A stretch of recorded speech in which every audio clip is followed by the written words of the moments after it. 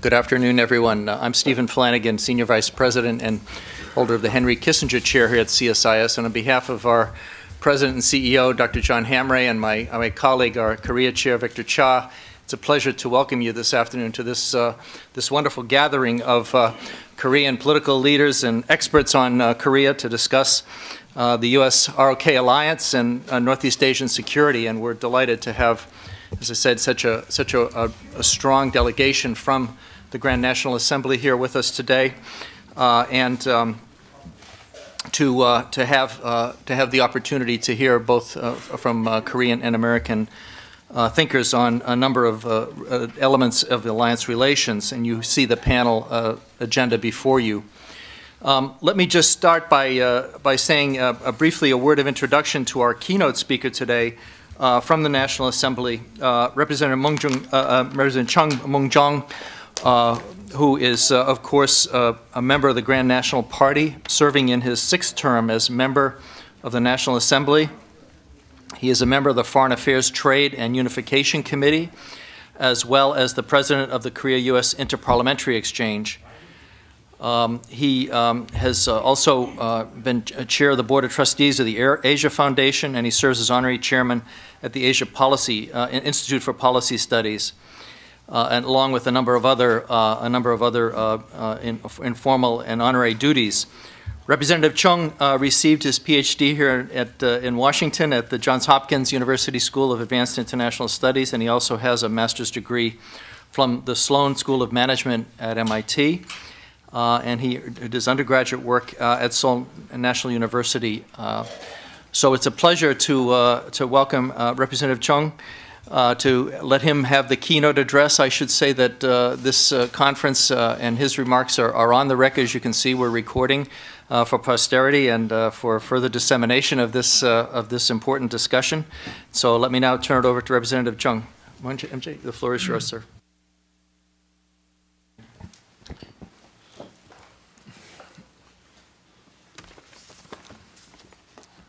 Thank you very much, Dr. Flynn again. Flynn again, right. Correct? Well, it is very nice to be in Washington at this beautiful time of a year. Thank you very much for your kind attendance out of your busy schedule. It is very nice to see old friends and to meet with new ones. It is a privilege for us to have this meeting with very important people in Washington. We Korean members of the National Assembly, we are members of the Korea-U.S. Parliamentary Council. We are coming from this time from San Francisco and New York. To start with, let me introduce my colleagues. Well, on my right, Dr. Kim Hyo-seok. He has his PhD in management from University of Georgia. He was floor leader of the Democratic Party, the government party at the time, and he served also as a chairman of the Police Planning Office, and he is now a member of Agriculture and Fishery Committee. On my a little left, Miss Park Young-sun. She worked for TV broadcasting company Munha Bangsong. She was the chief of economy division. She worked for Voice of America here in Washington, 85, 87. She was correspondent for the TV company in Los Angeles, 95. She is now alternate chairwoman of the Legal and Judiciary Committee and member of Intelligence Committee. To our disappointment, Dr. Kim and Ms. Park, they now belong to opposition party. Is it disappointing you? To our disappointment and the big worry. You don't have to worry about it. On my right, Mr. Choi Gu-sik. He was chief of politics department at Joseon Daily, the largest newspaper in Korea. He is now alternate chairman of the Construction, Maritime, and Transport Committee. On his right, Mr. Baek Sung-un. He has his master's degree from Syracuse University. He was chief of staff for presidential candidate Lee Myung-bak, and he is now a member of Construction, Transport, and Maritime Affairs Committee. On his right, Mr. Hong Il-pyo. He was judge at the High Appeal Court in Seoul. He studied in London, and he is now member of Industry Committee. Oh, I'm sorry, I forgot General Hwang on my left. I'm right-handed. Well, General Hwang is a graduate of Korean Military Academy. He worked as military attaché here in Washington at Korean Embassy. He was Force Commander of UN Peacekeeping Force in Cyprus. He is now alternate chairman of the Intelligence Committee and member of the Foreign Affairs Committee. On my left, Dr. Ham Jae-bong over there. He was his PhD in political science from Johns Hopkins, Baltimore. Same Johns Hopkins, but different campus from me. And he was a professor at Yonsei University. He worked at UNESCO in Paris, and he taught at USC, and he worked at RAND. He's now director of ASEAN Institute for Policy Studies. Well, this is about all of us, and Dr. Flynn again said, I'm going to deliver a keynote speech. I'm not sure whether mine is a keynote speech, but I'll tell you what I think of the world out there. The present world is not at peace. The foreign military intervention in Libya and the earthquake, tsunami, and nuclear disaster in Japan are overwhelming the whole world. The latest news today is that radiation-contaminated water is spreading around the world through the North Pole. From the current situation in Middle East and Japan, we find important lessons and implications for the whole world and for my country and the neighboring region. It was reported that Japanese earthquake has literally moved Korean peninsula eastward by 5 centimeters. Japanese nuclear crisis has shown how dangerous nuclear power can be even in the hands of scientifically advanced and responsible nation Japan. It makes us shudder to think that even as we speak, North Korea, technologically questionable, unrepresentative, and irresponsible regime countries, continue its quest for the nuclear bomb. The Libyan situation is an object lesson in what can happen in North Korea should a contingency arise. Muammar Gaddafi gave up his secret weapon program a week after the capture of Saddam Hussein in 2003. It is frightening to think how different things might have been if Libya had possessed WMDs. North Korea not only possesses nuclear weapons, but also large stockpiles of chemical and biological weapons. A North Korean contingency is like an earthquake. We know it will happen. We just do not know when and how. Together, we need to be prepared. I hope you can have informative meeting on these important issues this afternoon. Thank you very much. Thank you very much, Representative Chung. Do you want to go right into the panels, Victor, or do you want to take a few questions? Mr. Chung, did you want to? I think we should go to the Okay. USI panels. Okay. So we'll just go to the panels. Okay, all right, good, okay. Call me MJ. Okay, MJ, thank you. MJ. Okay, MJ. Easier to pronounce. Okay, then I'll turn the floor over to Haim for Mr. Haim for the discussions of the panels. I just would like to introduce General Huang, who would be the lead-off discussant to take us through his thinking on the Korea-U.S. Alliance. General Huang, please.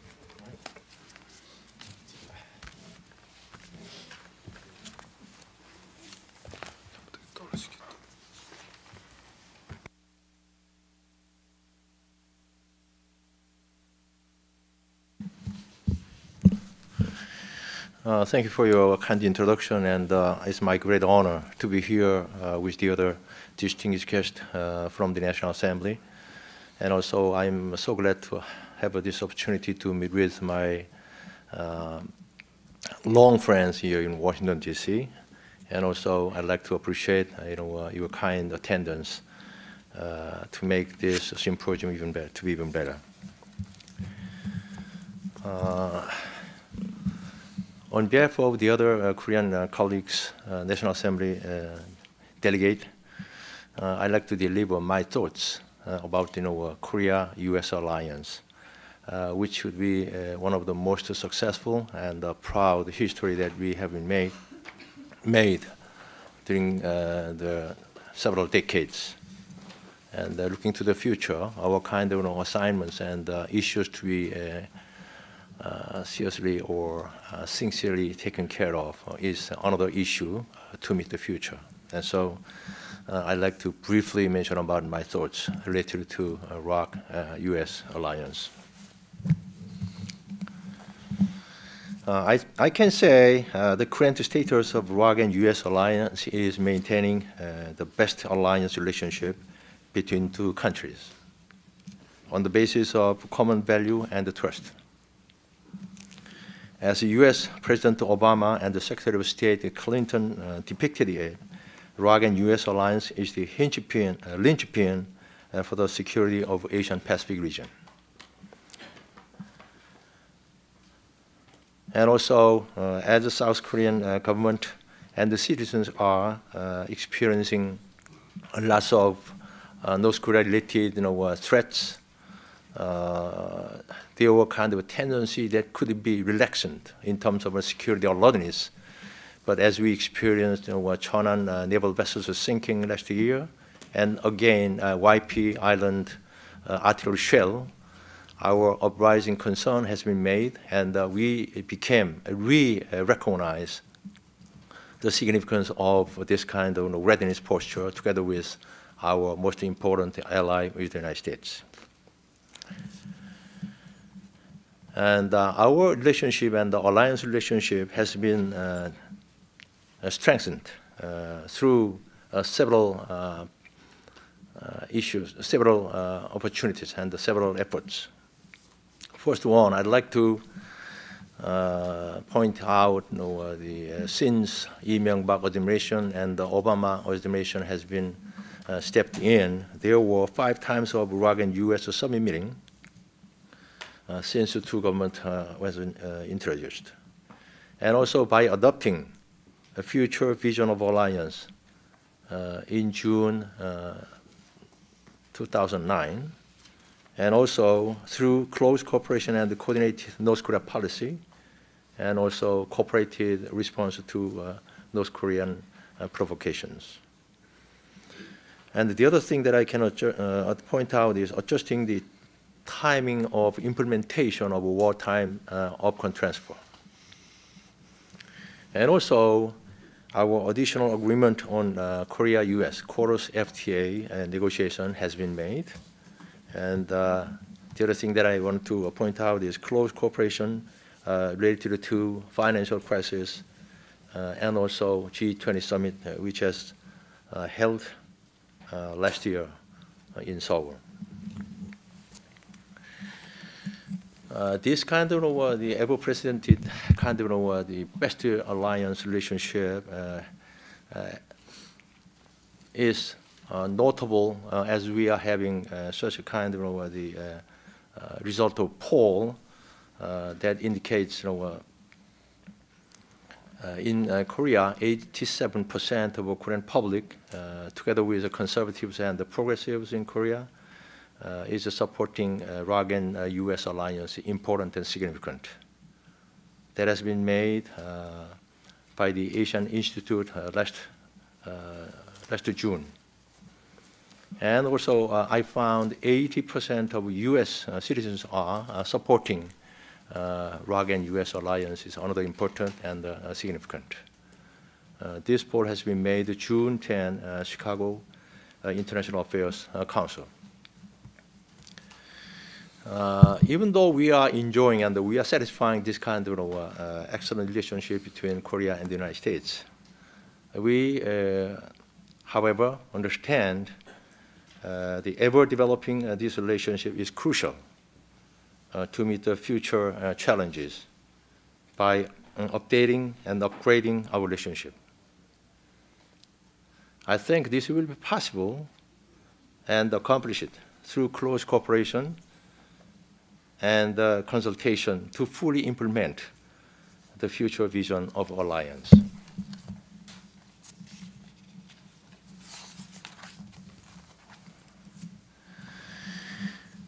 Now, what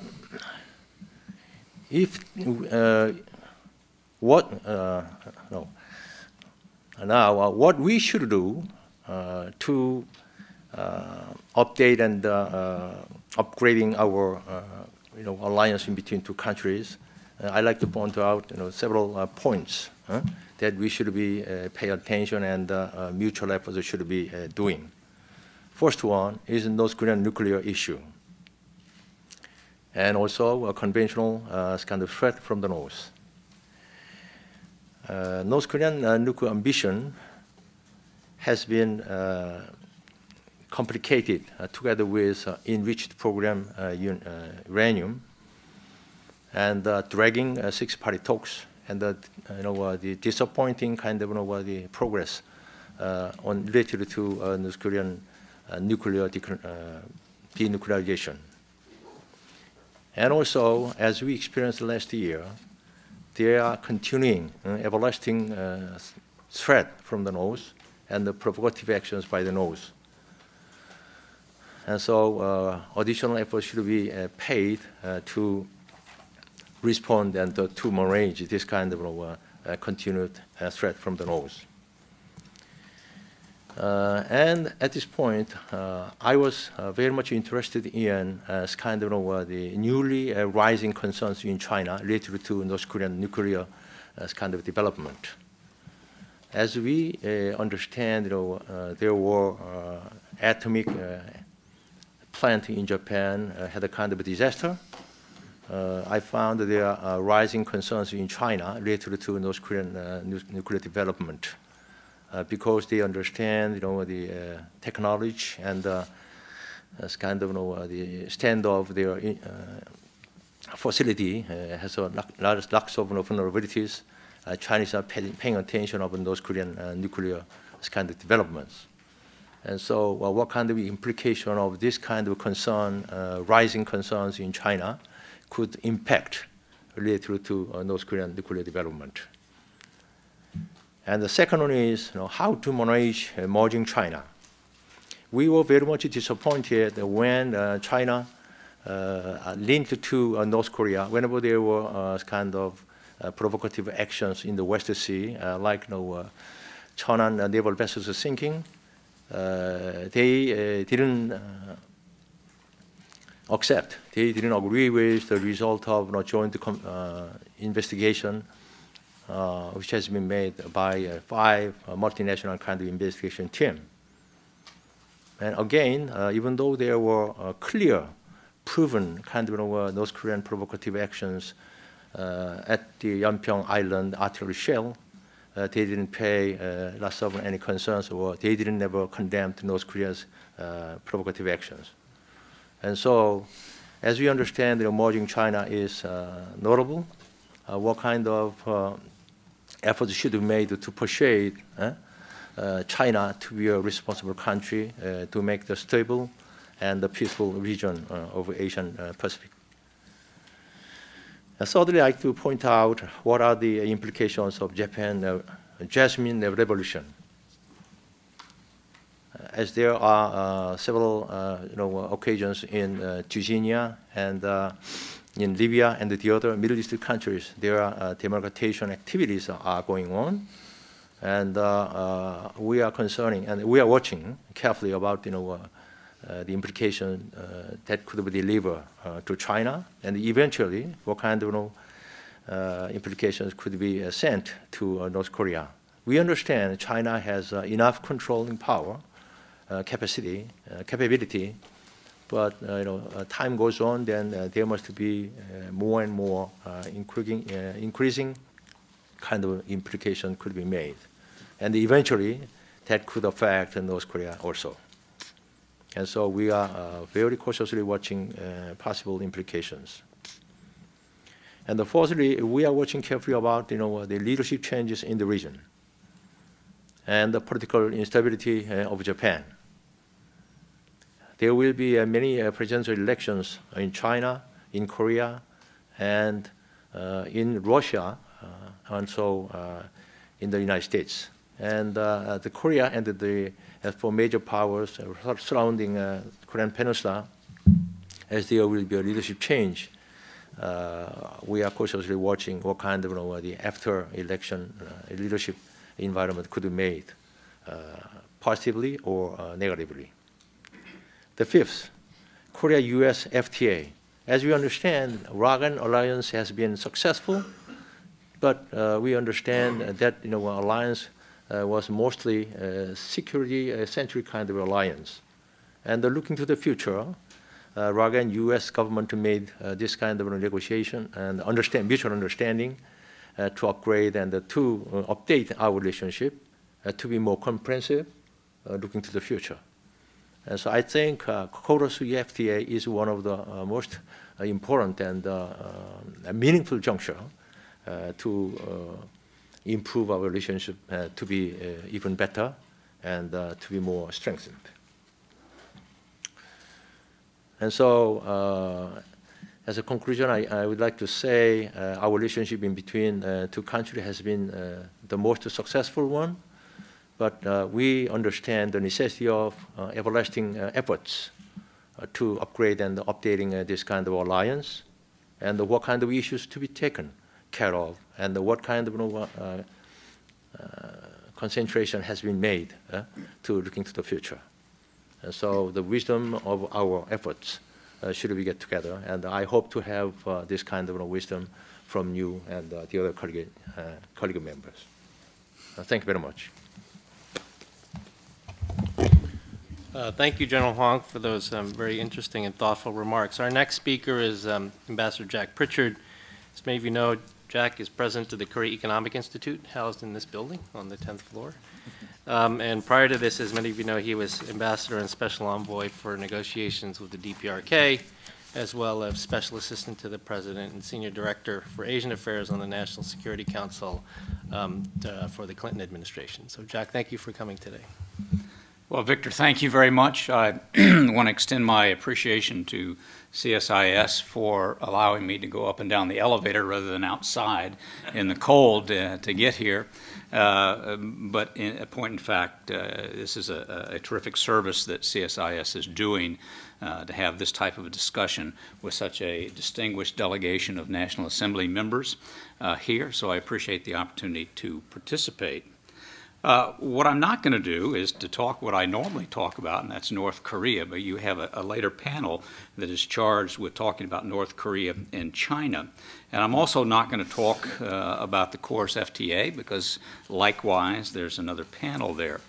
So I'm going to take my assignment quite literally and talk about the Korea-U.S. Alliance, at least from my point of view. And I have to be very careful not to say that I'm speaking on behalf of the entire United States population and government. I'm sure we'll have some differences of opinion. But from my perspective, I took a look at this as I was preparing, and I've come up with kind of 4 Ps, not peas in a pod, but the initial P that I'm going to talk about. Personalities, policies, promotion of the alliance, and potential.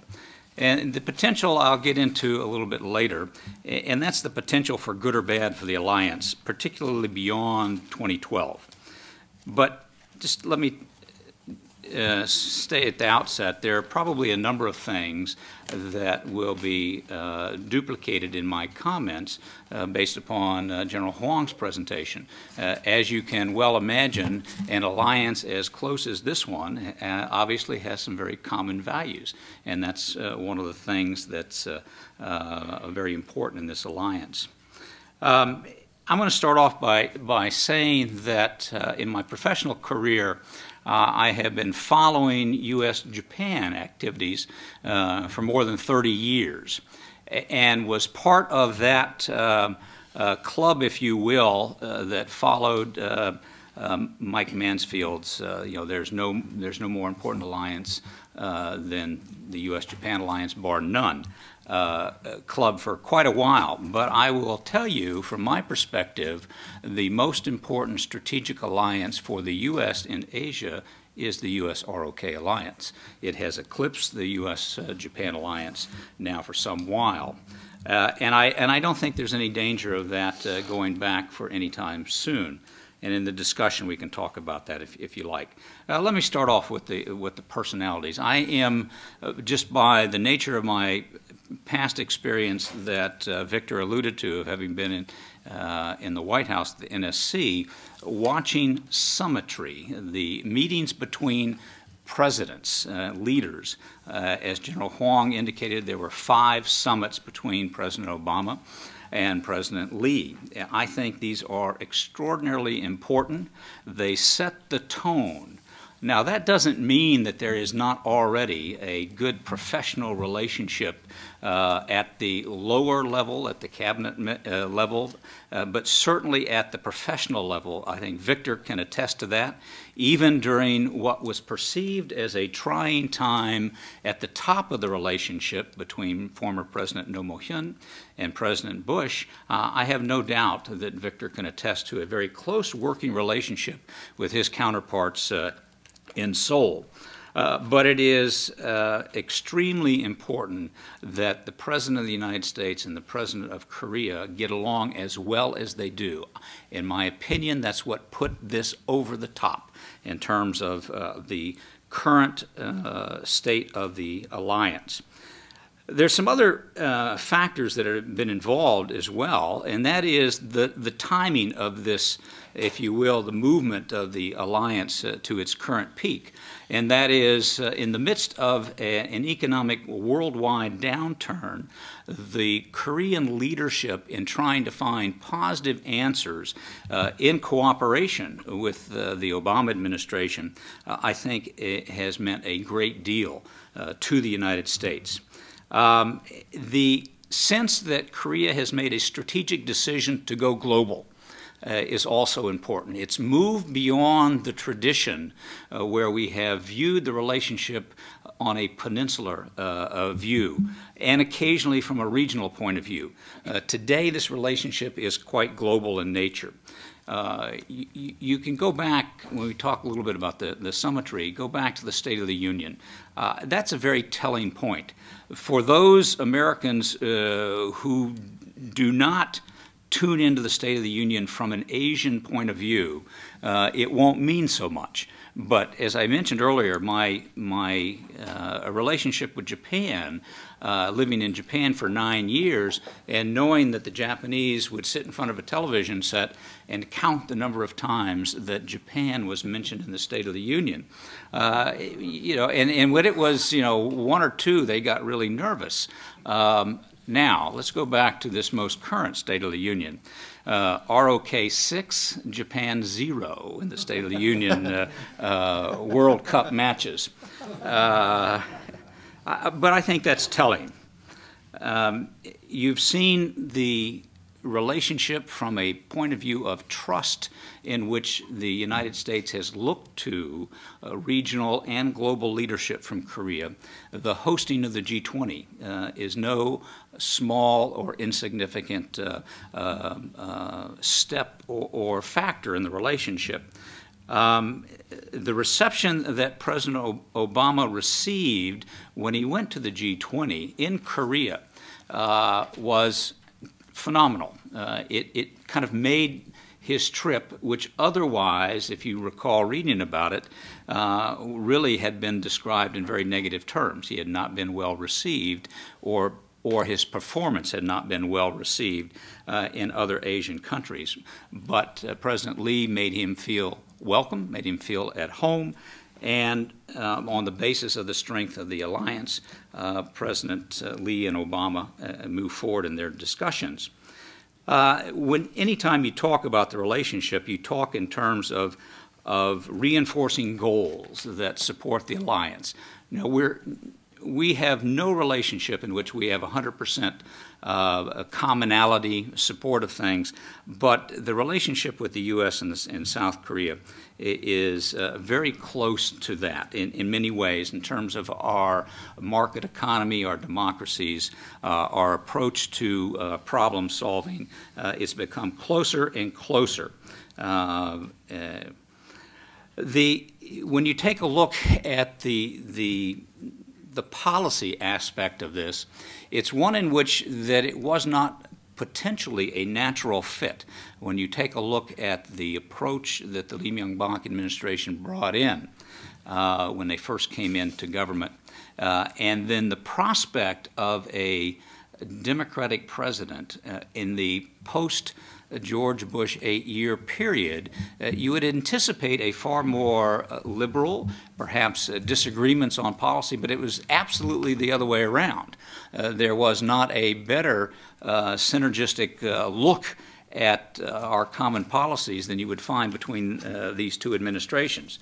I think that's helped a great deal. That the policy approach towards North Korea has been essentially lockstep. Now, from an objective point of view, there are a number of you out there who may very well criticize that or look to a point in time in the future when there ought to be some divergence, but you don't see it now. Not from the very beginning, not during crises, as has been mentioned here with regard to the Chonan and the Yonpyeon incidents there. The U.S. has essentially measured its own view towards North Korea as to how Seoul views North Korea.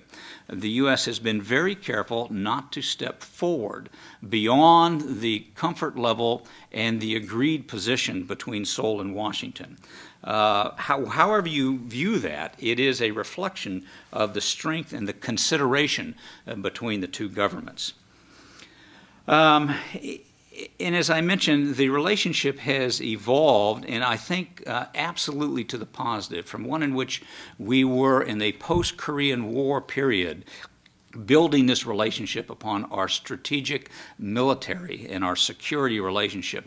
As you will hear later in the economic or KORUS FTA panel, we've gone well beyond that, and we can go into a number of those examples in a period of time when we can discuss things. There was a mention earlier of the joint vision statement that was promulgated on the 16th of June 2009. That's relatively early in the Obama administration, but I think it's important because this is a post-North Korea mini crisis for the Obama administration, and dealing and thinking in terms of economic recovery. The London summit had already taken place. So there's a lot of things that were already under the belt there. But if you were to take it, as I did recently, and pull out the joint alliance, the vision statement, and just tried to think of words that would characterize each of the paragraphs in here, and I'm just going to go through a few of these. You know, I go through global, shared values, a people-to-people connection, comprehensive in nature. These are my characterizations. An update or modernization of the roles and mission, an increase in economic cooperation, reiteration of a common view towards North Korea, regional transparency and how we work together in the region, tackling of cross-border challenges, and it ends on what I think is one of the primary strengths now, and that is a focus on the consultation process between the two. I think that is absolutely important. When you take a look at just one example that's near and dear to my friend General Huang's heart, and that is the OPCON transfer issue. I can remember maybe 3 or 4 years ago, he led a delegation. It was we had a meeting in my organization, and he was adamantly opposed to where this process was going and the timelines involved. And he was not getting a very receptive consideration from a U.S. point of view. Now, because of the strength of this relationship and the things that have occurred, the U.S. and the South Koreans have overcome what otherwise might be institutional inertia and have changed from each perspective to the better how the OPCON transfer and when it will take place will occur. So let me start to wrap up by talking about things to watch in the future for the alliance.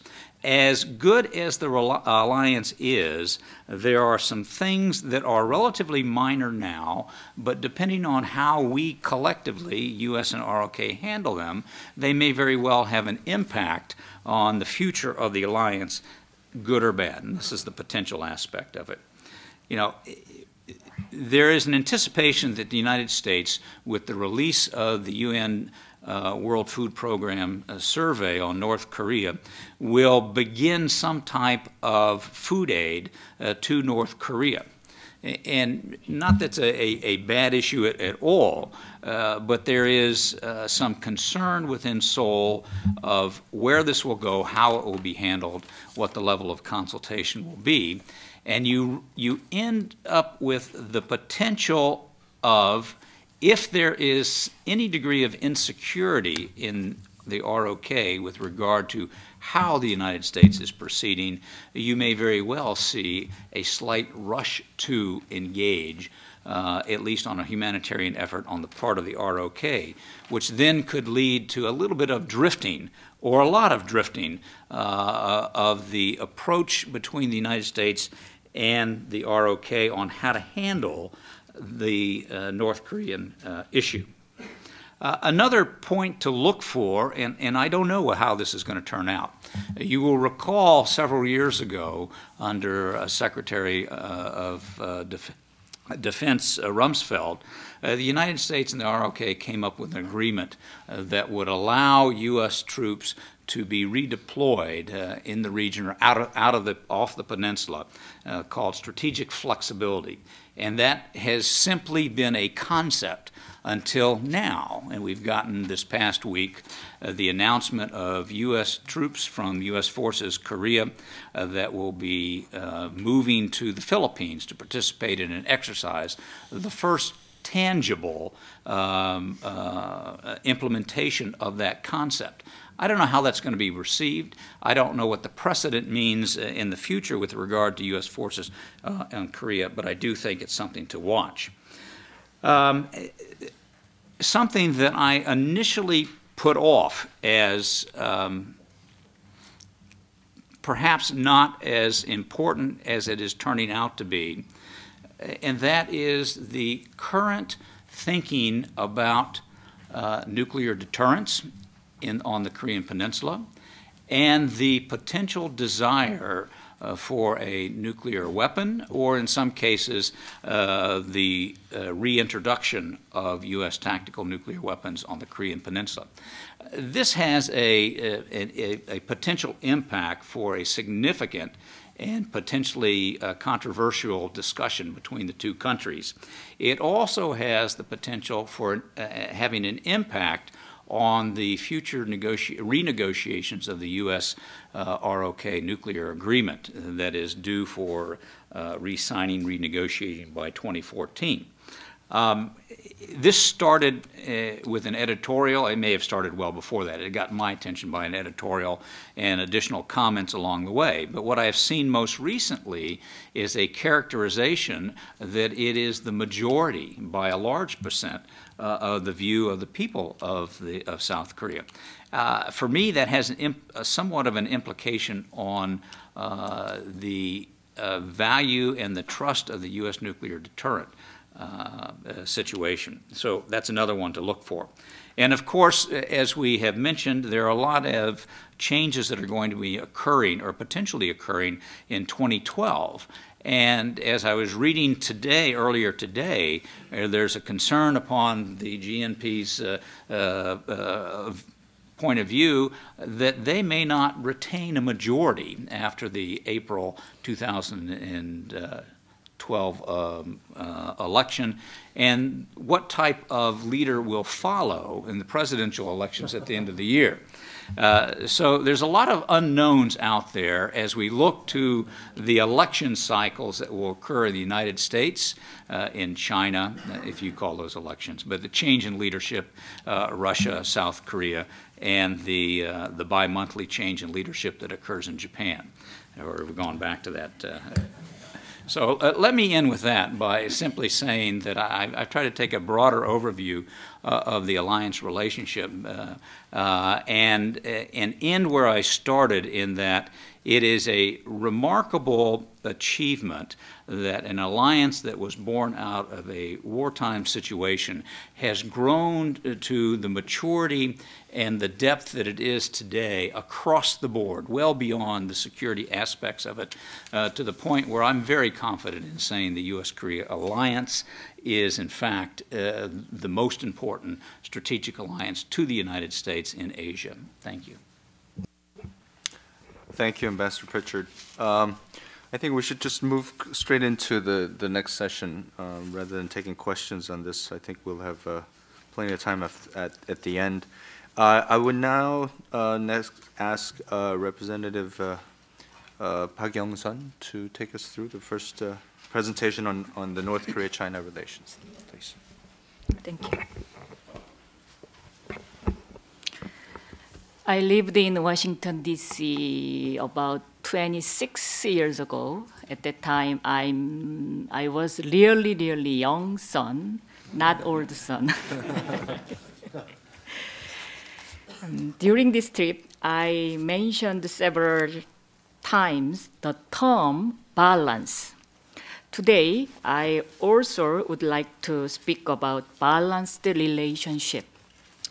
Recently, interdependency between Korea and U.S. has increased. So the interdependence between China and North Korea has also increased. For example, China has accepted the succession in North Korea without any comment over Cheonan. Although China views North Korea not that favorably, China has no alternatives but to be friendly with North Korea to maintain the balance of power with the U.S. Nowadays, China and North Korea economic relationship more strengthened, so we are concerned about China's influence over North Korea. When we were the ruling party, we adopted the Sunshine Policy toward North Korea. My recollection is that President of China Hu Jintao was having a hard time in deciding which country he will visit first between North and South Korea. Hu Jintao initially was going to visit South Korea without visiting North Korea. But at that time, North Korea complained about that. He made a short trip to North Korea and then visited South Korea. I think North Korea was cooperating with U.S. at that time. I think a balanced relationship is very important. Although it appears to be a bit late, I think U.S. needs to give a carrot to North Korea now.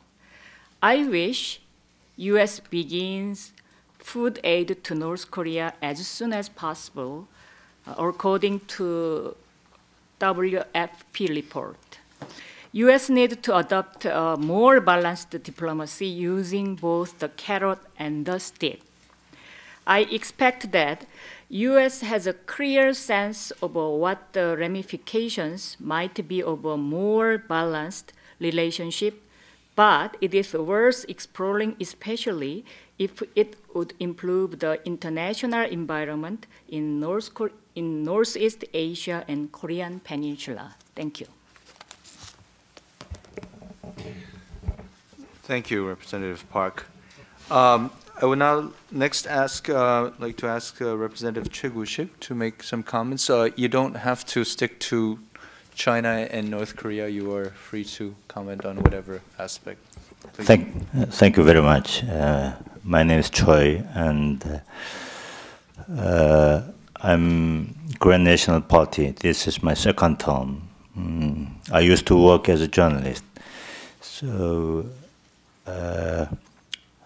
I am obliged. I think I'm obliged to say sort of new story. And fortunately, concerning North Korea and China, you will have the chance to hear from prominent congressmen, especially Dr. Zhang, who is a real expert. So, and concerning North Korea and China, I fully agree with Dr. Zhang's opinion, whatever.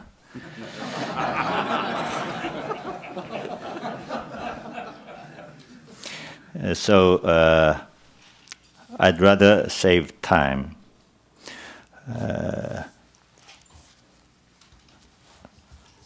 And let me make the best use of this precious time. I want to tell you a story which I experienced the day before yesterday. We arrived from New York to Washington. Just on arrival, we went to Korean War Memorial. And after paying respect on the way back to bus, I happened to meet a high school boy who shed tears. And he was accompanied by his teacher. And the teacher told me about the boy. And they are from South Carolina. And the grandfather of the boy died in Korean War.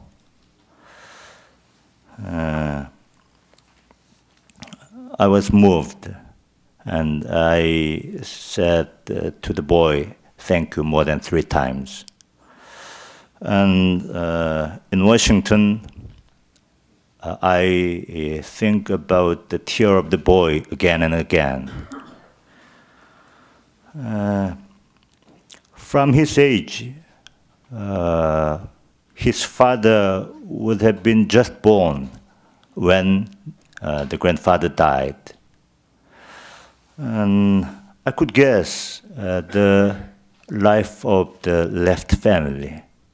The single mom and just born son would have lived a sort of tough life. Probably the boy would have been told about his late grandfather, and he could have figured out what happened after the death. And what I'm trying to say is we, the Korean people, are very much appreciated to your sacrifice. But frankly speaking, we think the sacrifice is over a long time ago, about 50 years ago. But from the tear of the boy, I came to realize that your sacrifice is still going on. So when I'm back to my country, I think that I will tell the story to my Korean people. And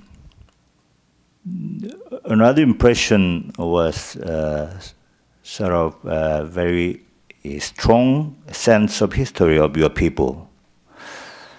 Yeah, the tear of the boy can be just that of family, but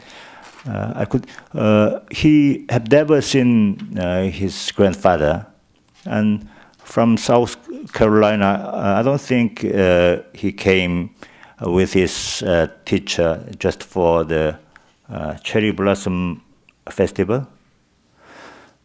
And so I felt that that strong sense of history makes your country this great nation. And again, I'm very much appreciated. Yeah, thank you.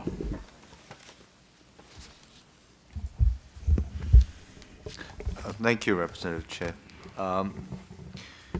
Next, I would like to ask Representative Baek Sung-hoon. Please. Thank you, Dr. Hwang. As Mr. Che mentioned, I am not also specialized in this field of foreign affairs, since I had worked for the government as a high civil service for about 27 years, mainly in the field of local administration. But it's a great honor for me to mention just a few points to facilitate discussion in this hall. Mao Zedong compared the relationship between China and North Korea to lips and teeth. If the lips are gone, the teeth would be exposed to the cold. Many South Korean people think Sino-North Korean relationship still remains quite the same. Some people and experts argued that China isn't capable of playing tough with Pyongyang recently. Furthermore, they also say that China didn't know much about North Korea's political succession from Kim Jong-il to Kim Jong-un and the recently revealed uranium enrichment facility. Considering the two countries' close ties, however, it's hard to swallow this argument. I'd rather think China seems well aware of these things, but it seems increasingly unwilling to do so. I'll tell you why I think this. First, while the Chinese may see North Korea as troublesome, it's an ally that provides benefits for China. Above all else, the North acts as a buffer state. Its collapse would mean China has to face the influence of the United States on its border, which China does not want. Secondly, the collapse of North Korea could trigger a vast flow of refugees into China. It is predicted that almost 500,000 North Korean refugees would flee to China's 3 northeastern provinces, including Heilongjiang, Jilin, and Liaoning. The 3 provinces already accommodate about 2 million ethnic Koreans. If many other Koreans flood to the regions, China might struggle to control the areas, the worst-case scenario for the country. In addition, the collapse of North Korea may even touch off a North Korean civil war that might include nuclear weapons. that may end up in the wrong hands, say anti-Chinese factions composed of minority groups. Considering all these aspects, it's time to get off the notion that China is going to play a strong, pivotal role in handling its belligerent nuclear neighbor, North Korea. Thank you. Thank you. You said you weren't an expert, but you did a very good job of describing the situation. Thank you. Thank you. Finally, last but not least, on this particular panel, we have Representative Hong Il-pyo. Please. Good afternoon, ladies and gentlemen. It's my first time to be here, and I feel very warm welcome. So I appreciate the CSIS, and thank you for ladies and gentlemen attending this place in the busy schedules.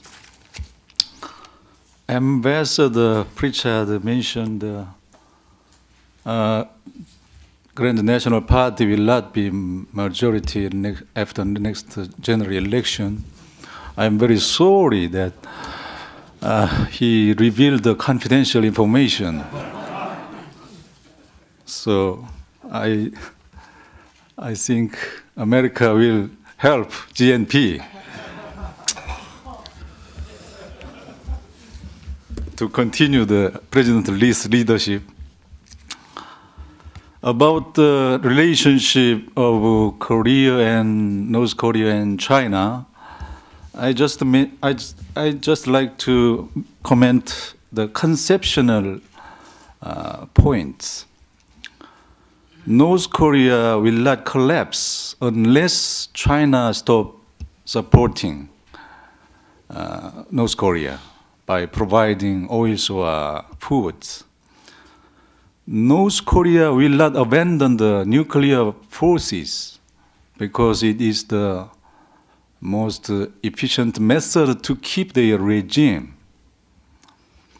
So Korean people once hope America will affect China to control the North Korea. But China is reluctant to talk bad things to North Korea. And relations between United States and China is not enough to affect, to solve these problems. So we cannot help acknowledge there are not so many political alternatives. Jasmine revolutions affect to the China and North Korea. I agree with Mr. Huang's opinion. China, they will not be affected, and not to mention the North Korea. So the human rights in North Korea, citizen groups and activities in Korea, like to North Korean people have more access to the outside information. So they like to send balloons to the North Korea, and they like to send radios or some papers. So North Korean people hear about the outside information, news. But the North Korean government sent blackmails several times to attack the targets where the balloons are sent. So people who live in that area opposed sending balloons to North Korea. I am from Incheon City. My constituency is Incheon City.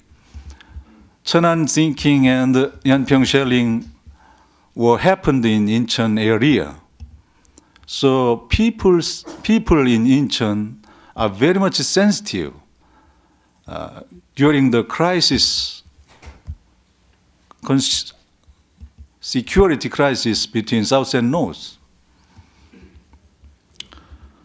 Korean government made very much efforts to improve the North Korean human rights. Korean government raised issues about the kidnapped fishermen and prisoners in Korean War. And Korean National Assembly prepared the Human Rights in North Korea Act. The bill is reviewed in the Committee of Legal and Judiciary. Some people say in Korea, the most urgent problem is the food problem in North Korea. So the human rights problem is not so important as food aid. But so many distant from the North Korea testified so many examples of brutal invasion of human rights in North Korea.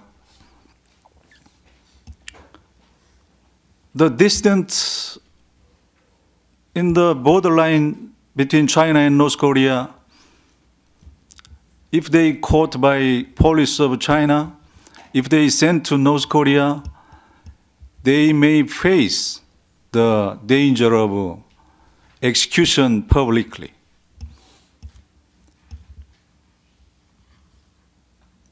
So, separately from the food aid, this problem is very important.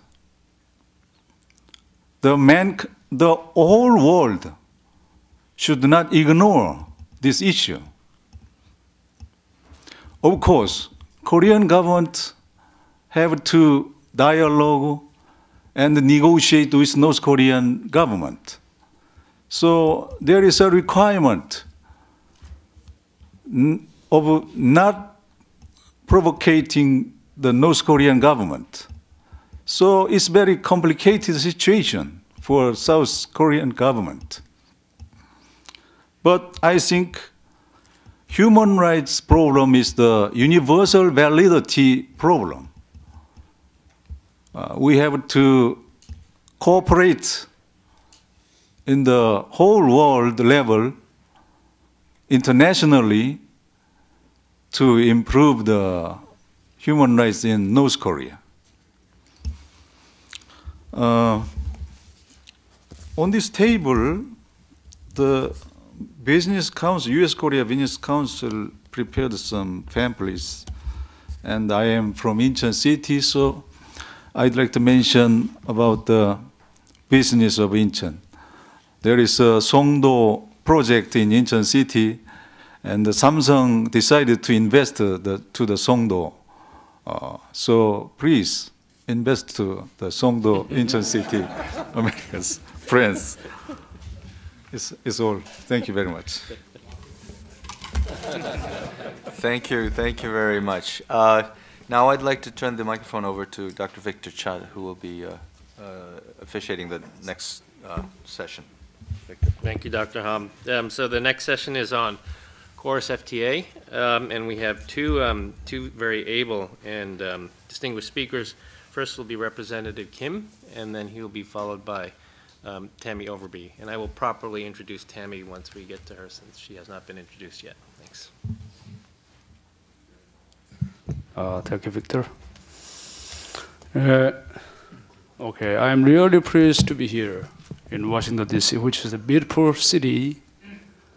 And there are a lot of cherry blossoms outside. And also, I have really the privilege to participate in this CSIS discussions on Korea-U.S. Alliance. Well, I'd like to address some of the current status Korea-U.S. FTA and the major issues related to it. Please understand that my comments express only my personal view and do not represent any official opinions of the National Assembly of Korea or nor the Democratic Party in Korea. After the negotiations officially began in February 2006, the Korea-U.S. FTA was bilaterally agreed upon on June 2007 after more than a year of negotiations. And subsequent renegotiations took place at the end of last year. But both the initial negotiations and renegotiations had been challenging, and there seems to be many mountains to overcome before the FTA can be ratified in both countries. The first issue involves the public opinion regarding the FTA in Korea. It is true that people employed in vulnerable industries such as agriculture have negative sentiments about the FTA.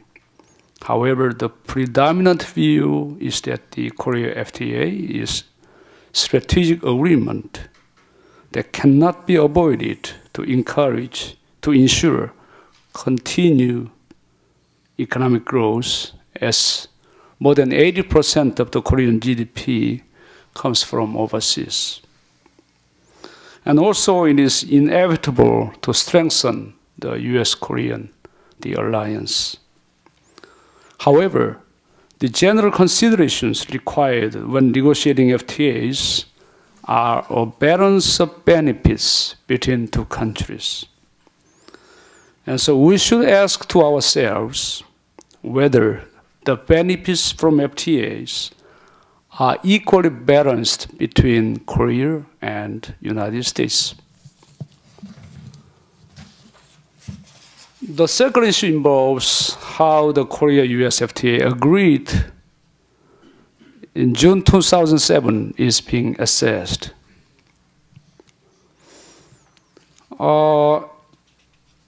As you well know, the following ratification FTAs with Chile, Singapore, and some other countries, Korea initiated FTA negotiations with the United States, the world's largest economy, to maximize national interest for FTA.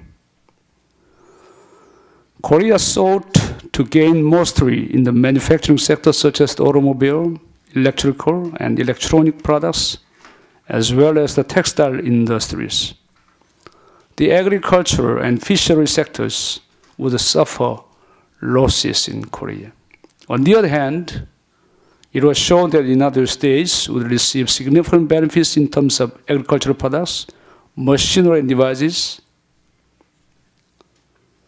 and the chemical products, while suffering losses in apparels, footwear, and automobile, as the level of imports of these goods from Korea will increase. In Korea, the opposition from farmers and laborers is very strong at this moment. But more critical is the fact that the text of the FTA includes up to 12 toxic provisions that infringe on Korea's autonomy of economy. Of these 12 provisions, let me take just 4 examples. The first example might be latched clauses. According to these clauses, the Korean level of market access cannot go back to pre-FTA days. For example, once the beef market is opened, imports cannot be restricted, even when there is an outbreak of medical disease. The second example is the negative list approach for opening services. The provision only lists services that are restricted, while all services not listed are open to the United States. The third example might be the most favored nation treatment, which is MFN. MFN is the principle under which Korea automatically grants the United States the the same level of market access that it grants to any other countries. The first example is the investor-state dispute settlements, which is ISD. This provision allows United States capital or business investing in Korea to file suit against the Korean government to an international dispute settlement body. Given such toxic provisions, our party, the Democratic Party in Korea, as well as other opposition parties, are opposing the ratification of the Korea-U.S. FTA and have strongly demanded that these provisions be modified through bilateral discussions.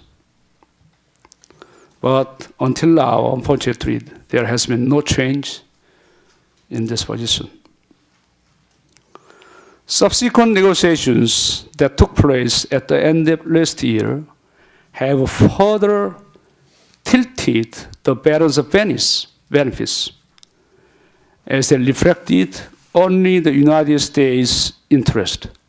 For example, based on the renewed agreement, Korea would immediately reduce the tariff on US-made motor vehicles from 4%, from 8% to 4%, upon announcement, and eliminate the remaining 4% 5 years later.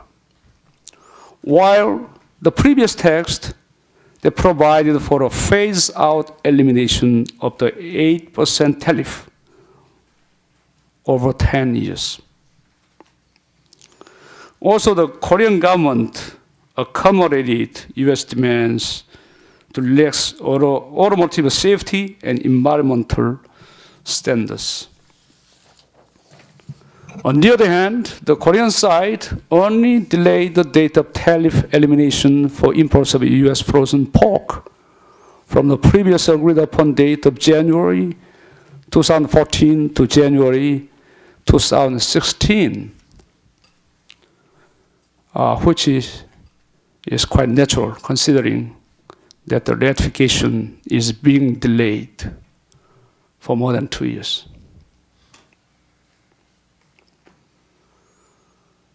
As such, the renegotiations only deepened the imbalance of enemies with drastic concessions. Many Koreans believe that Korea accommodated most of the demands from the United States. As renegotiations was held at a time following the North Koreans' attack on Yeonpyeong Island.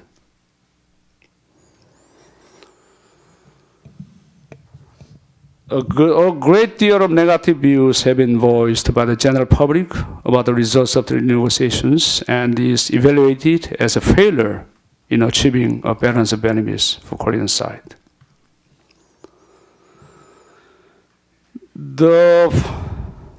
Another issue related to opening up the market for beef imports. Although the renegotiations produced no additional explicit provisions related to beef imports, I've learned through unofficial channels that there has been additional pressure for market access from the United States. To prevent the inflow of mad cow disease into Korea, the Korean government allows imports of only cattle less than 30 months. But the United States want to secure full market access for US beef, regardless of the age. However, I'd like to state clearly that beef import issue is not subject to FTA negotiations. FTA and beef issues should be separate. And it's also a matter of nations' quarantine sovereignty. In conclusion, the Korea-U.S. FTA had failed to reflect the interests of the two countries in a balanced way. To ensure its smooth implementation, the malicious provisions that I mentioned earlier must be removed or relaxed in one way or other. Thank you for your kind listening. Thank you, Representative Kim. Speaking next will be Tammy Overby. As many of you know, Tammy has been instrumental in promotion of the KORUS FTA. She's currently Vice President for Asia at the U.S. Chamber of Commerce. And prior to that, spent many years in Seoul, most recently as President and CEO of AmCham, the American Chamber of Commerce in Korea. So Tammy, thank you. Thanks, Victor. And Representative Kim, as we want the agreements to be balanced, it's important that we have a balance of opinions. So I will offer a little bit different opinion, so please forgive me. You're welcome. Thank you. As Victor said, I do represent the U.S. Chamber of Commerce. We are the home to the U.S.-Korea FTA coalition. This coalition is made up of over 1,000 American companies, local chambers of commerce across America, and industry associations who support the early ratification of the agreement. We are also the home for the U.S.-Korea Business Council. One of the primary initiatives that we have undertaken in the last year and a half has been a grassroots campaign. And I want to all the members of the National Assembly, let you know that your Ambassador Han Duck-soo and his team at the Korean Embassy have been outstanding partners with the business community in this effort. Last year, Ambassador Han went to 24 cities across 12 states. So literally, we took him from state to state across the United States talking about the benefits of the FTA. In fact, Ambassador Han and our team are in Florida today. They're in Orlando, Ocala, and then they'll end up in Tallahassee, where he will give the keynote address to the Florida State Legislature. They have an International Trade Day, and he will be the keynote. So we have been using our chamber network of city and state and regional chambers to generate thousands of letters of support for a ratification of the Korea FTA. We have also scheduled and attended hundreds of Hill meetings where we've met with, we started our approach with the freshman members of the Congress, educating them about trade. We've also now focused on the returning members. Over half of the returning members have never voted for a trade agreement. So we really have a lot of education to do, again, on the benefits of this agreement. There is clearly a lot of misinformation out there. So it's incumbent upon us to really help explain why this agreement is in both countries' interests. As you know, the agreement was originally signed June 30th in 2007, and it languished for several years. I am a little bit perplexed because one of the former members of, actually he was the Minister of Commerce under the Nomuyeon administration, Chairman Chung, when he was minister, we actually lobbied on Capitol Hill for the agreement because he was Commerce Minister during the time the agreement was negotiated. Now he is with an opposition party and he has a different view. But again, in my view, the agreement's the same agreement.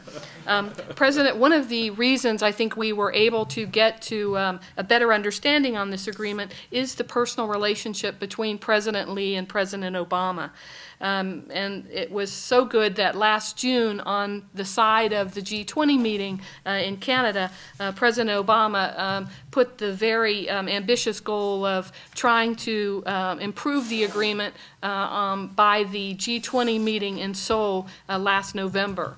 I was in Seoul last November with our negotiators and with my president and CEO as we watched the two presidents give the press conference where they acknowledged they did not achieve their goal. But they asked for a little more time because they thought they were close. And two governments, and again, I can tell you that I've watched the negotiators, both sides, work very, very hard for an extended period of time. And on December 3rd, in Columbia, Maryland, they completed an additional agreement. And this agreement has unprecedented support among the U.S. business community. To have Ford Motor Company, the United Auto Workers Union, and Congressman Sandy Levin now strongly supporting this agreement is really an accomplishment of huge proportions. We believe that the Korea vote will be the high water vote for trade. We have strong bipartisan support.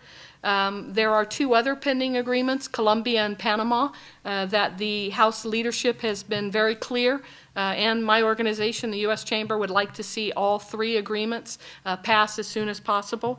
But we understand that progress is being made on the Colombia agreement right now, and we're very hopeful that they will be sending the Korea agreement up soon, and Colombia and Panama will follow.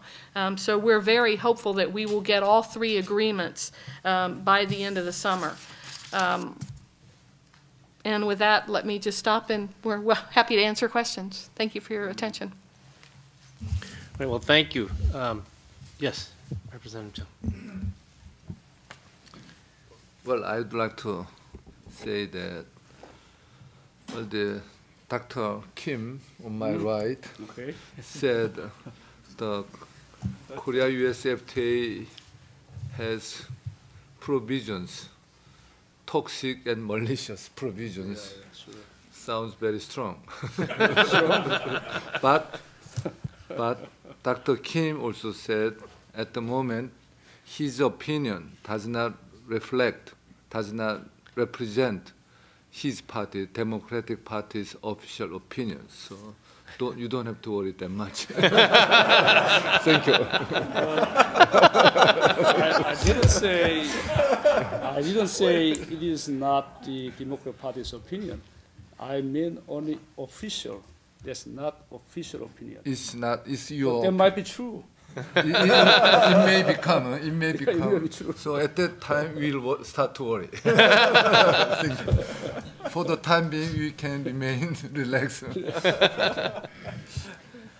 Well, thank you very much. Well, I think that exchange just shows, and this kudos to Representative Chung for leading a bipartisan delegation here to Washington. I mean, I think that is actually a very good thing, and that sort of discussion and debate is a very healthy part of the U.S.-Korea relationship, as well as passage of this agreement. My role now is to just ask a couple of questions of the panelists, and I will ask, since we have three topics, I'll just ask three very quick questions, and then invite the panelists, if they choose to do so, to offer their thoughts. The first on the free trade agreement, since that is the discussion we left, is you know, the good thing, I guess, about an agreement like the KORUS FTA, which has been around for so long, in many ways, is that sooner or later everybody in each party in both the United States and in the ROK at one point or another both supported and opposed the agreement. And that makes it, I guess, bipartisan in that sense. My question is, I think everybody would agree that when we think about the future of the alliance and how to make it better, I think there's very little disagreement that an FTA is one of the ways we do this, to deepen the relationship, to take it really to the next level. And I guess the basic question I have both to Representative Kim and to Tammy is, what do you see in terms of the two legislatures, of whether you think that this has enough support in both the Congress and in the National Assembly to pass? So that's really just a bottom line question, whether you think the votes are there. The second question I have for our North Korea panelists is, a number of you mentioned the Jasmine Revolution in the Middle East, and I guess the question there is, you know, Libya is very much on the minds of a lot of people here in Washington, as well as in NATO these days. President Obama is going to give a speech tonight on this issue, and I guess the question is, to what extent do you think what is happening in Libya is affecting North Korean calculations? And then the question for the U.S.-Korea Alliance, General Huang and Ambassador Pritchard, the topic of food aid to North Korea has come up among a couple of the participants. And while I do not think the Obama administration is ready to provide food to North Korea, I think that the U.S. will do their own assessment subsequent to the WFP, that they'll send a USAID team, and they'll come back with their own assessment. And if the USAID team assesses a need, the United States has said very clearly that it does not use food as a political weapon.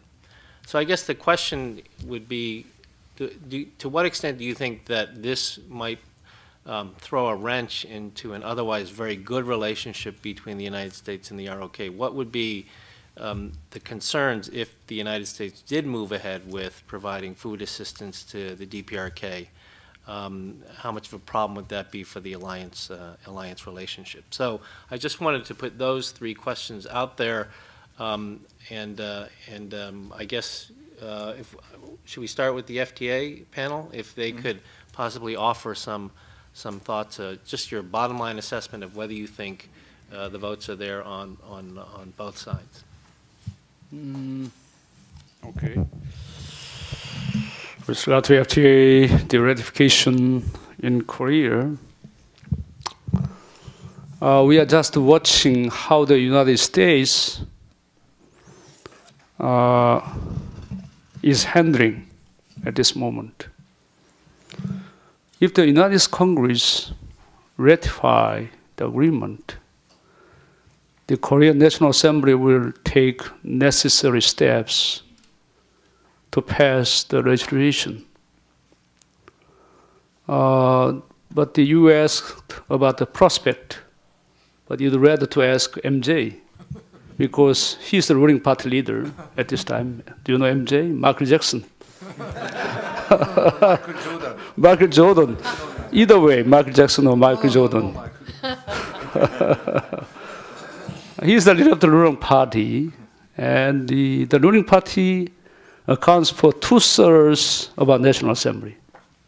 And so even if we are opposing the agreement, if they determine to pass the legislation, there's no way for us to stop. And so how do you think, MJ? Are you going to initiate after the U.S. Congress? You are asking me now. Yes, yes. Thank you for your recognition as a government party leader. Well, when we were flying from Korea to U.S., we were worried to hear the news that Republican politicians put the Panama and Colombia FTA agreement together with Korea FTA. Many people in Korea now worry about that, but in New York, we heard some news that it's not really to obstruct the passage of Korea FTA, it's rather to use the momentum of Korea-U.S. FTA to pass both Panama and Colombia FTA. Well, Dr. Kim Hyo-seok, my colleague, said if U.S. Congress pass the Korea-U.S. FTA, then Korean National Assembly may pass Korea-U.S. FTA. I don't understand why we have to wait for the passage of I don't understand why we have to wait for the passage of U.S. Congress action on Korea-U.S. FTA. This is a mutually beneficial agreement, and when I go back, I'll tell my colleagues at the National Assembly that you have to do our own job, our own share, to do our best. We will do our best to pass Korea-U.S. FTA at the National Assembly, and in order to do that, we need help from Democratic Party. Thank you for your understanding. On the U.S. side, Congress, we absolutely will pass it, and again, I believe it will be the high water mark And if you passed it first, that would put more pressure on us. So please feel free to put more pressure on us. But actually what you did with the EU, the Korea-EU agreement goes into effect July 1st. That date is on every member of Congress's mind, and that's how we start our talking points. So it is the Korea view of getting out there and ensuring that you are not being left behind. You're going to pull us with you, and 감사합니다 for that.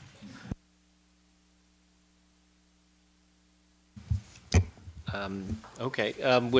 Yes, Representative Chung.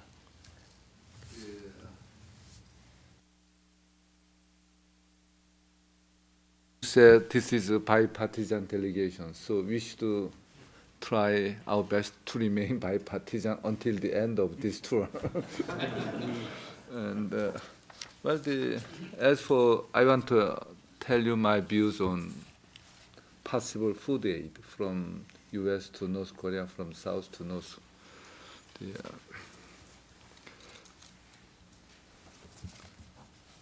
Nobody in South Korea opposes humanitarian aid to North Korea, whether it is from South Korea or from the U.S.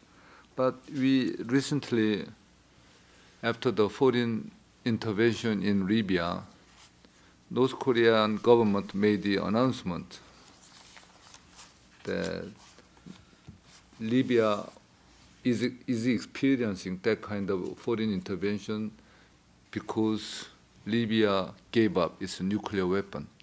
They said, we have a nuclear weapon, and if we start to give food to North Korea, they may say the same thing. Food are coming from abroad because we are a nuclear state. We are ready to help North Korea, but we don't want to give wrong message to North Korea as we have done until recently. If I'm working as a staff for World Food Program, I may write same report to the top of the organization. If I'm working for World Food Program, the presence of a nuclear program in North Korea is not my responsibility. I just look at my duty and do my job. But the Korean Peninsula problem or North Korean problem is not regional problem. It's global problem, and we have to look at the problem in a more comprehensive manner. As some of you may know, my father and mother came from North Korea. My father wanted to help North Korea very much by giving humanitarian aid. I'm also more than willing to follow my father's footsteps, but life is not that simple, and as a responsible member of a Korean political community, we have to look at the consequence as well, not only the motivation. Thank you for your understanding. Thank you very much for those comments. Perhaps General Huang and Ambassador Pritchard, would you like to? About the adjustment? Yes. Yes. Sure. Whatever. Yeah. Sure.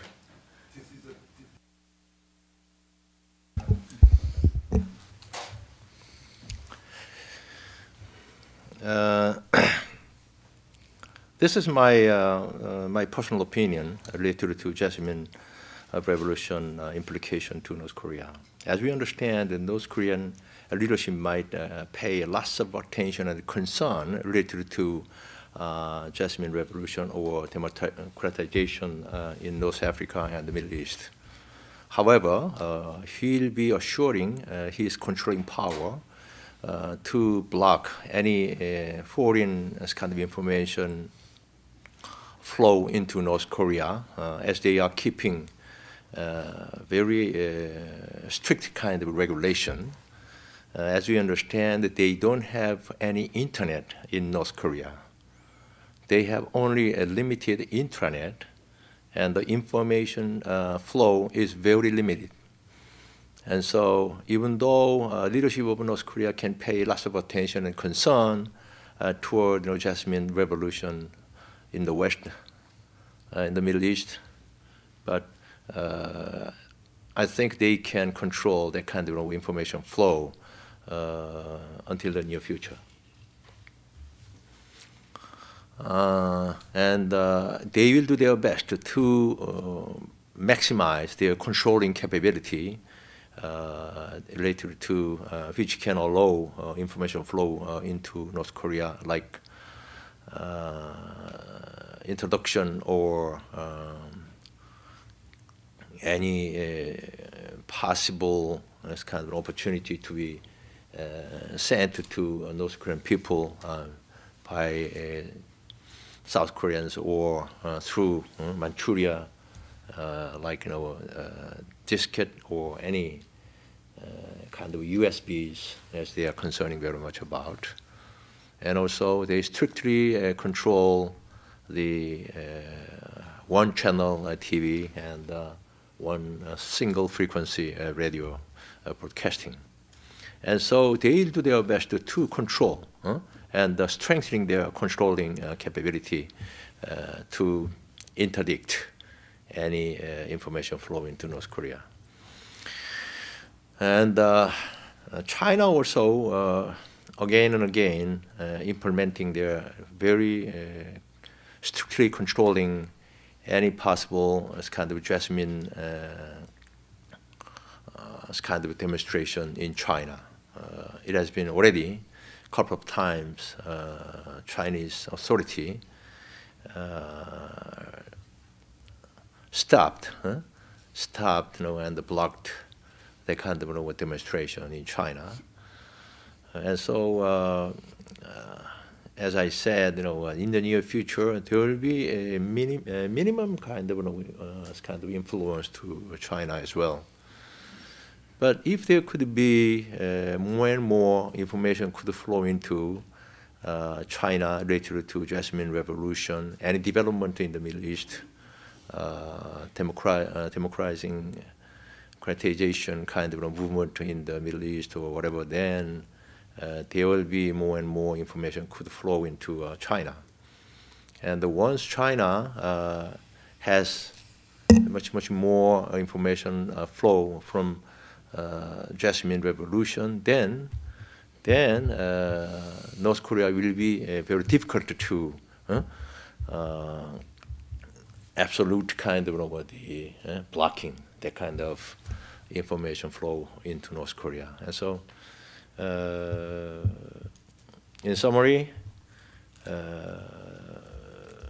in terms of a near future kind of prediction, there will be a very limited implication to North Korea. However, time goes on, there will be more and more concern could be raised related to that kind of development.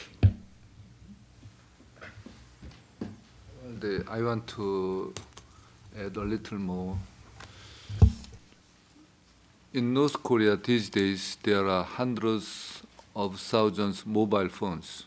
Egyptian businessmen got permission from North Korea government, and we understand there are hundreds of thousands of mobile phones, and so people along the North Korea-China border, they can communicate through mobile phones. So people in China can communicate with North Korean in North Korea. So this is a significant difference now from before. There are hundreds of radios, and the North Korean people can hear South Korean radio broadcasting. But if it is true, if it is correct, I also heard that there are more DVD players in North Korean family, more DVD players than the number of radios. And they watch Chinese and Korean TV dramas. So North Korea now is, I would say, very different from before.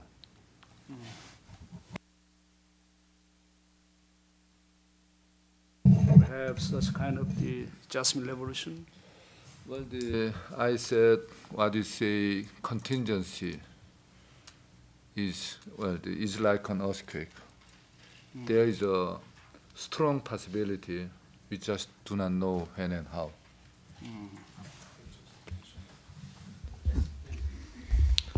So I already mentioned the Jasmine Revolution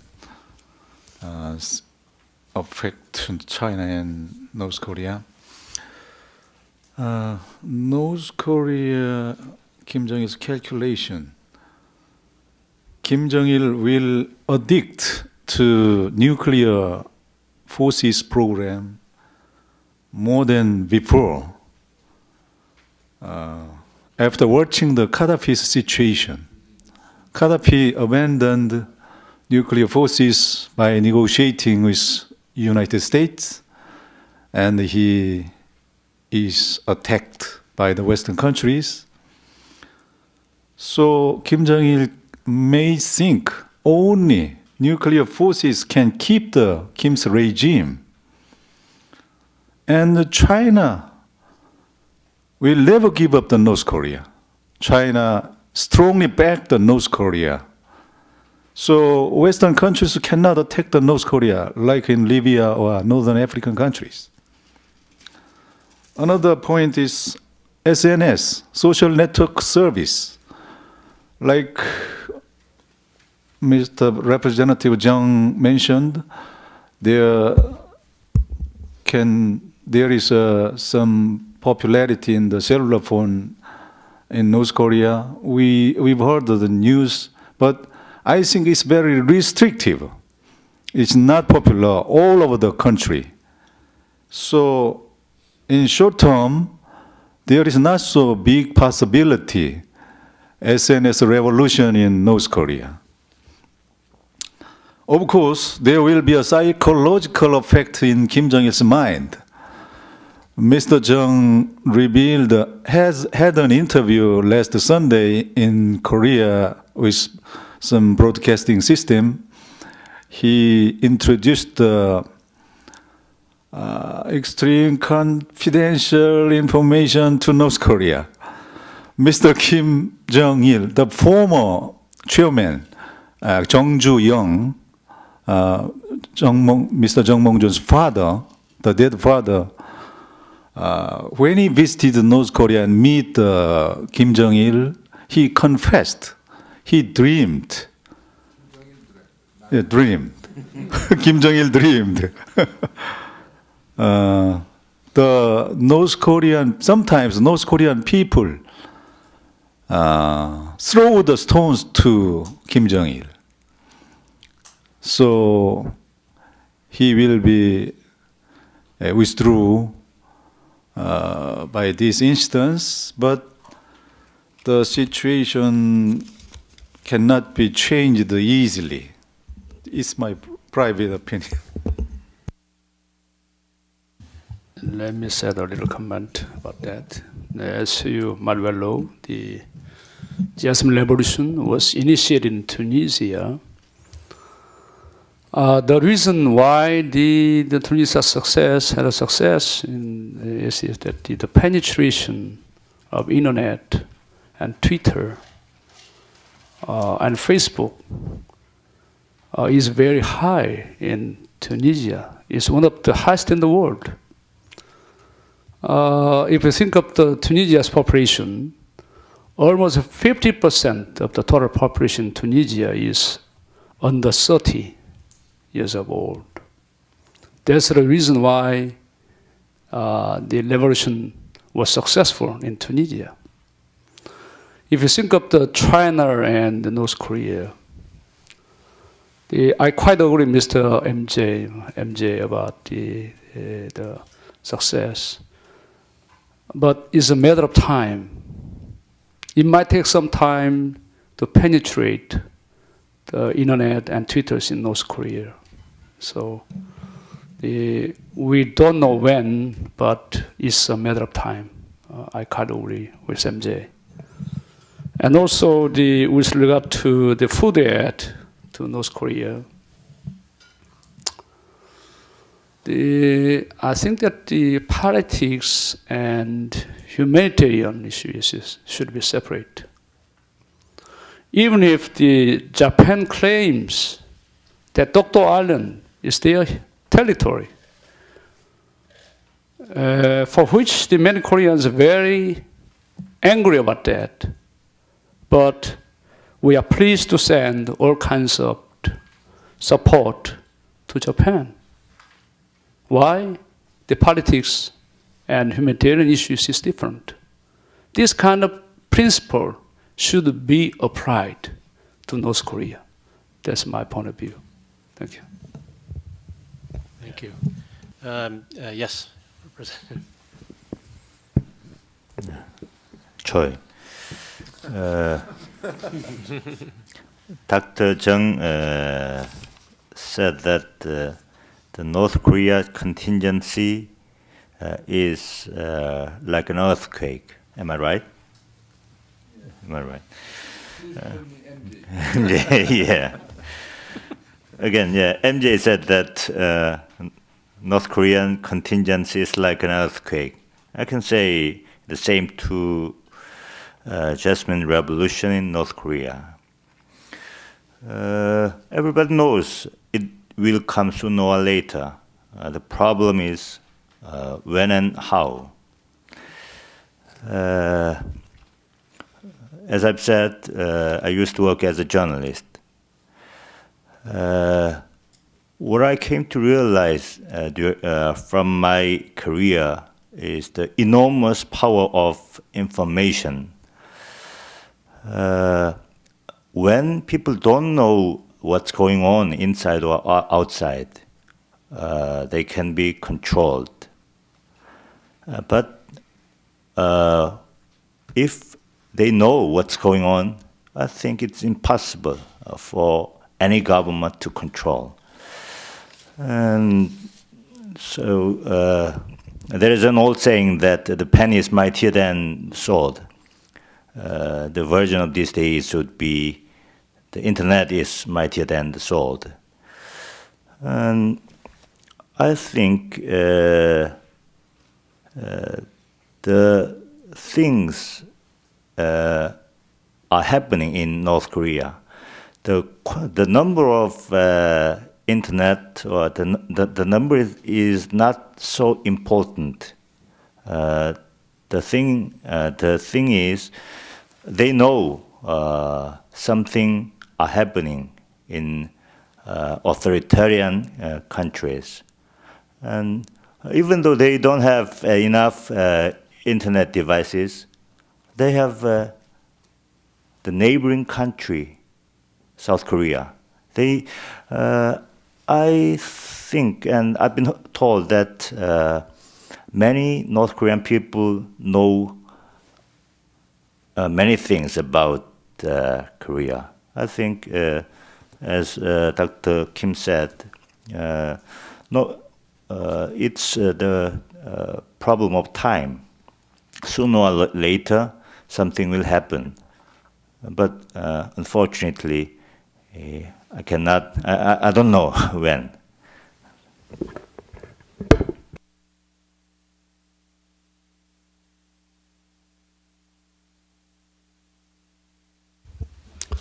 I'd like to add just my viewpoint on North Korea's request for food aid.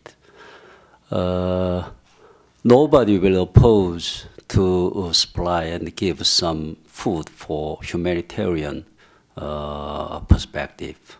But in my view, and I think our government's position is also like this, we need some measures prior to give even humanitarian aid by international society. That's two things. One is objective evaluation of North Korea's food production. As you might know, WFP and FAO represented a report recently that is quite a little bit different from that of last November's. The recent one said North Korea has deteriorated food production quite recent years. about 450,000 tons of food are needed.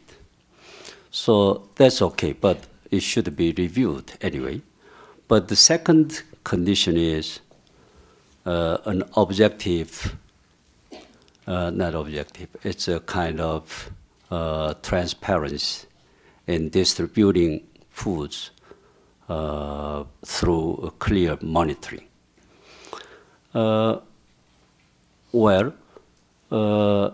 Placing some conditions irrelated to the food aid is not quite good, I guess. But we need some condition directly related to the food aid, which should have gone to ordinary people instead of military or other purpose. That is my view. Thank you. Thank you very much. Representative Park, would you like to offer your thoughts?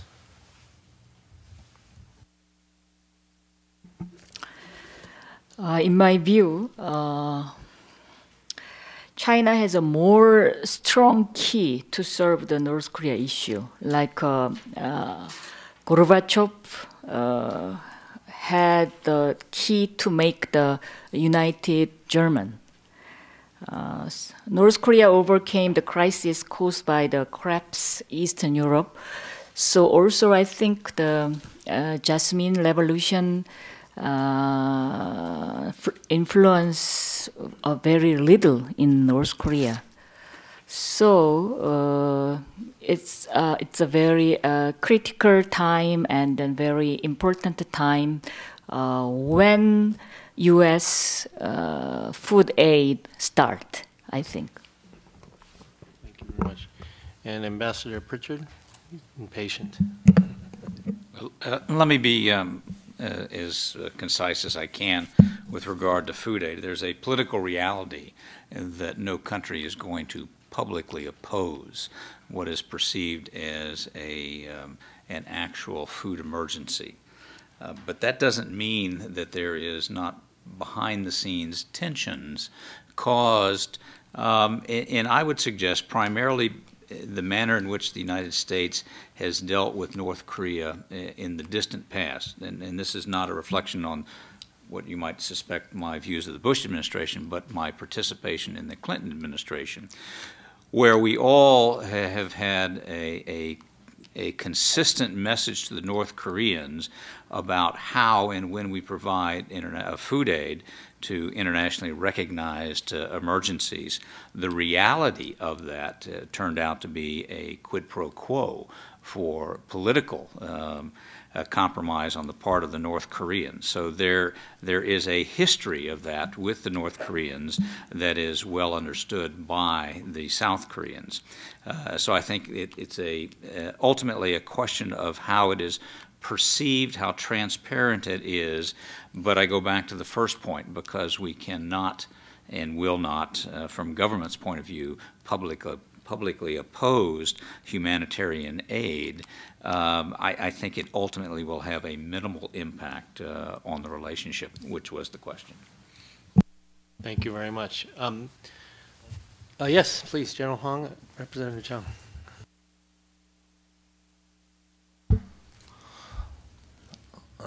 From the information that I heard when I was in Korea, the food situation in the north was not that much bad. And what they were saying was that there were about 4.3 million ton of harvest by North Korea itself during the past year.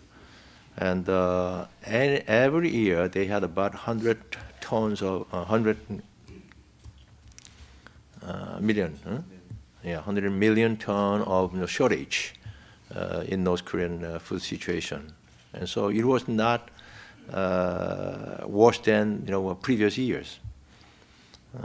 And we heard another information was that there were the movement in the north to collect military provision from the civilian community. And so worsening the situation of food in the North Korean civilian society is caused by that kind of movement to collecting kind of military visions.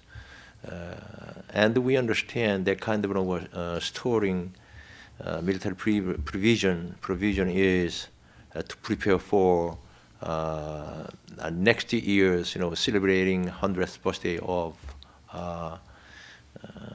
the Kim Il-sung, and to celebrate their kind of strong, prosperous, great country of North Korea. As they are to celebrate that kind of the meaningful year, they are collecting that kind of, they are storing that kind of rice more and more again.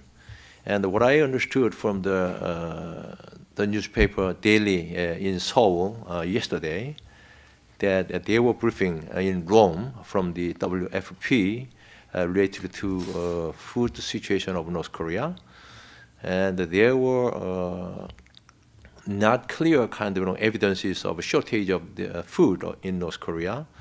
The responses from the participants. The participants were from most of European countries, together with the United States, Japan, and Korea. Their responses were relatively very cool, because the evidence and their rationale to explain the situation of North Korean food condition was not clear. And of course, as my colleague member Park Sung-un mentioned, we don't have any opposition to aid North Korea to liberate from their food shortage. But what we pay attention is, why don't we develop more as kind of clear, as kind of means, transparent means that could be directly delivered to starving peoples. And so if we have a kind of clear as kind of responses from the North, and the genuine as kind of request of those kind of rights, then we will very sincerely consider what kind of measures to be taken, and also close consultation would be made with the United States and Korea. And so I concur with the Jack's comments that there will be just limited, just a little kind of the impact, or kind of very few kind of impacts in terms of our alliance. Thank you. Representative Chung, will give you the last word. Please call me MJ. Okay. All right. MJ, Michael Jordan, Magic Johnson, and recently I discovered another new famous MJ from Harvard University, Michael Joseph Sandel. Well, it's time to close this meeting. Thank you very much for your coming. Before this meeting, I promised my colleague, Dr. Kim, to take him to George Washington Parkway to show him the scenic view of the Potomac River, my favorite place in Washington, D.C. So thank you very much. And before closing, 2 comments. As for food aid to North Korea, as you may have observed, this is a bipartisan delegate, but we are divided between opposition and government party. But I want to tell you, there is a division not only between opposition and government party, but more fundamental division between executive branch of Korean government and legislature as a whole. Executive branch is more prudent, while we all together, all of us as elected officers, compared with the prudence of executive branch, we are more close to giving out aid to North Korea. This can be described institutional inertia, as Pritchard said, but this is also professional and political inertia. We have to prepare for our next election, all of us here, while president, his term is only 5 years, single term. He does not have to worry about next election. So there's a difference between the executive and legislative branch. And my last comment is, I understand that the world never remains the same. If we think of the sheer magnitude of the geopolitics of the vast Eurasia continent, Russia, China, and North Korea, it should be considered a miracle in progress that a small country called South Korea remains in the hands of a free, pluralistic democracy. And we are here in Washington to ask you to continue to pay proper attention on the Korean Peninsula. Thank you very much for your attention.